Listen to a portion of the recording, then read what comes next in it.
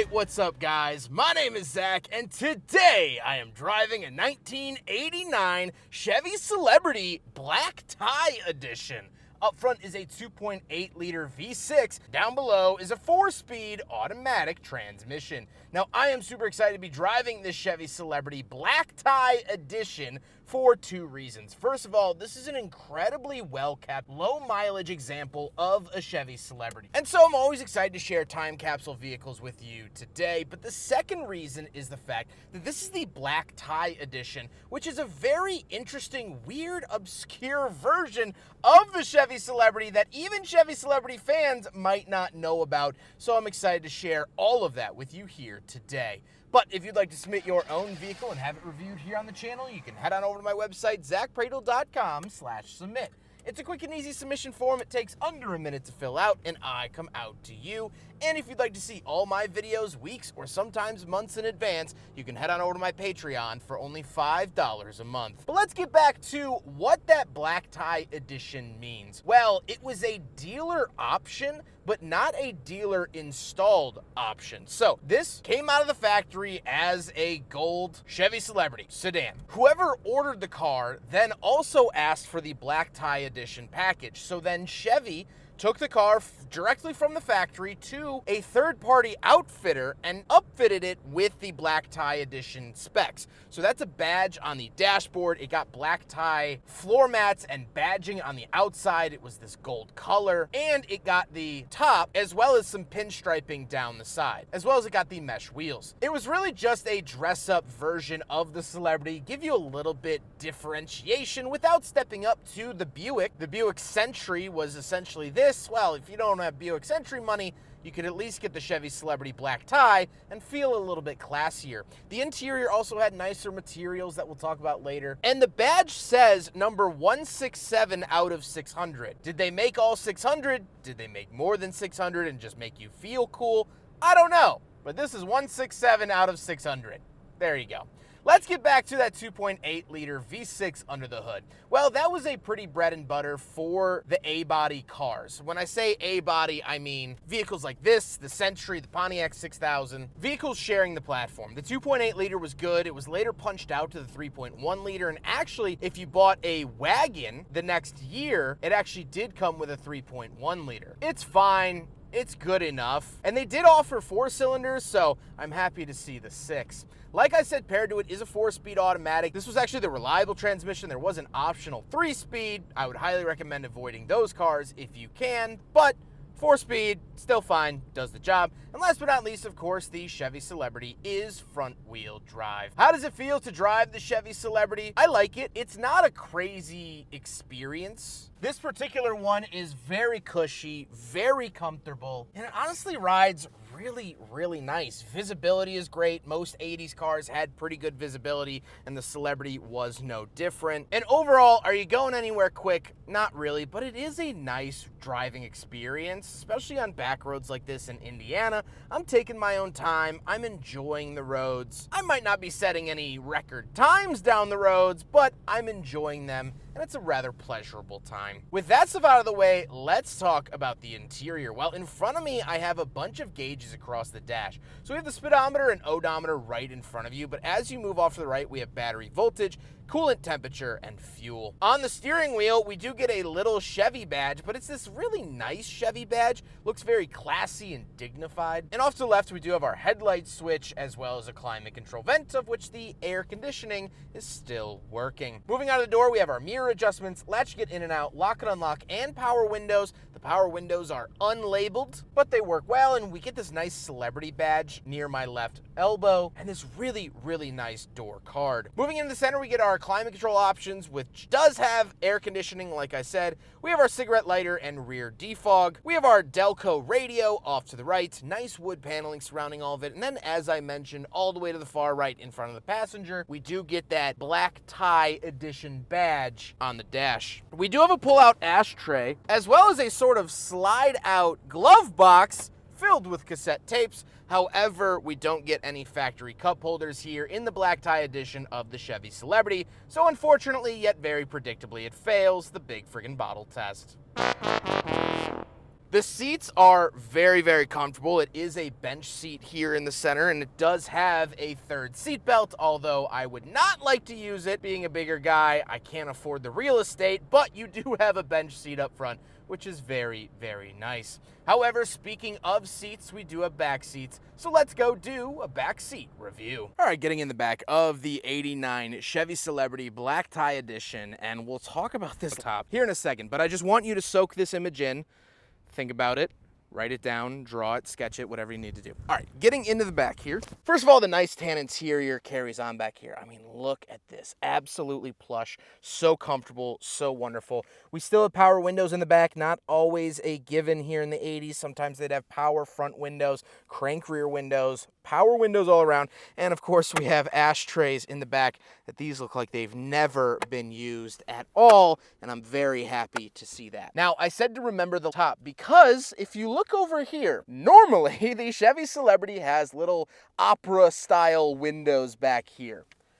They're still there, technically, but they put cloth over them because the top covers them. Yeah. So that's how you can really tell that this was kind of an afterthought trim level, because the windows are still kind of technically there, but not at the same time. Overall, it's really comfortable in the back of the Chevy Celebrity. I expected nothing less, but it's good to verify. Let's hop into the back. We'll take a quick look at the trunk and cargo space, and then we'll talk about the looks. All right, coming around the back of the Chevy Celebrity, as I say in all my videos, GM at the time was using two separate keys, one for the ignition, one for the trunk and doors. So circle key for the trunk, pop it in and turn it, and we do have a bunch of trunk space. American cars, really throughout the 90s, or up through the 90s, I should say, had incredible trunk space, and the Chevy Celebrity was no different. I do love this complete road atlas from State Farm. I can't imagine how outdated this might feel or be. I don't see a year on it, but it cannot be recent. Very, very cool. Road atlases. You just don't see stuff like this anymore. Very, very neat. Other than that, we do have a Heartbeat of America jacket. Love that. Very, very cool. That was their slogan at the time. And you see that here with the jacket in the back of the Celebrity. Very, very nice. Tons of space. Pop it back down. And one thing I did forget to mention is that for the black tie, they made the luggage rack actually gold. So kind of an interesting, weird thing that they did, again, for this interesting and weird trim level or package for the Chevy Celebrity. Now we gotta talk about the looks, and obviously this one looks a little bit classier, a little bit cooler than the other ones with the mesh wheels and the gold paint, the top, all of that. It works, it does the job. I like the Chevy Celebrity. I think it's rather dignified, and this is kind of the end of Chevy's really boxy era. Moving into the 90s, everything was curvy and smooth besides their pickup trucks and the Blazer. So it's nice to see this sort of end of era. You know, I really feel like this is the death of the 80s, which feels proper since it's in 1989. With all of that being said, let's get on to my final thoughts. What do I think driving the Chevy Celebrity? Well, this is my first time actually driving a Chevy Celebrity, to peel back the curtain a little bit. And I have to say I like this car. I've driven the other A-bodies, I've driven the 6000, I've driven the Century. I like them as well. But the Celebrity to me was always interesting, mainly because of the name. Naming something a Celebrity is just kind of funny. And I've always had an interest in this vehicle because of that. So what happened to the Celebrity? Why didn't we get them past the 80s? This car is completely encapsulated in the 80s. They ended it in 1990, and it ran from 82 to 90. Only 8 model years, but in that time they built and sold over 2 million different Celebrities. Well, the death of this car actually started right after they started making it. In the 1980s, the automotive market was shooken up quite a bit due to the oil crisis in the 70s. Oil crisis cracked down on emissions and EPA and fuel economy and things like that in the 70s, as well as safety, 5-mile-an-hour bumpers. All of that together made it a very rocky terrain for the 1970s and 80s. That paired with Toyota and Honda coming into the States in the 70s, starting to actually sell units. Mazda actually started selling units in the 70s. They started to eat into GM's market share, where in the early 80s, they had almost 45% of the market market share by the end of the 80s, they were really hovering around low 30%. And the nail in the coffin actually came in 1983 when a magazine ran a cover story about GM and their rebadging. They lined up the 4 A bodies, the Celebrity being one of them, the Century being one of them, the 6000 being one of them, all in the same color,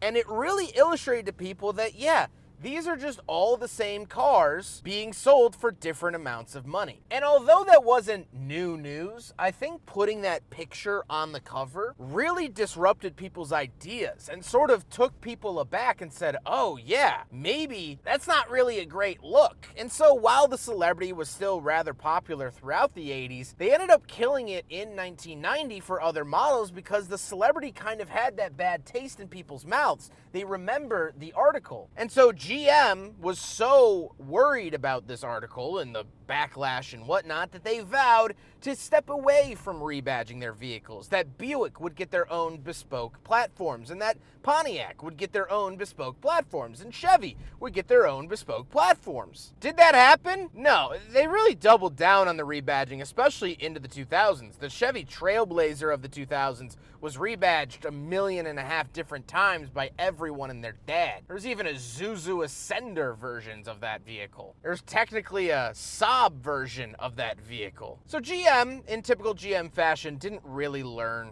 anything. But what I can tell you today is that this was a charming car, and the black tie edition made it even more special. Sure, they were a dime a dozen at the time, but any good car is. Take a look at the Camry. Take a look at the Ford Taurus, of which this, in 1986, actually outsold the Ford Taurus as the most purchased vehicle. So sales weren't really hurt by the magazine article. It was just public image and the idea of it. And that was enough to put the Celebrity to rest in 1990. I hope you guys enjoyed the video. Huge thank you to Jerry for letting me borrow his Chevy Celebrity here today. What an amazing, amazing automobile. Jerry's been absolutely wonderful to work with. Him and Ken have allowed me to borrow several of their Chevy Celebrities here today. So I am doing a comparison video as well as reviews of a coupe and a wagon. So if you want more Celebrity content, you can find it here on my channel. But I hope you guys enjoyed the video. Don't forget to rate the video, comment on the video,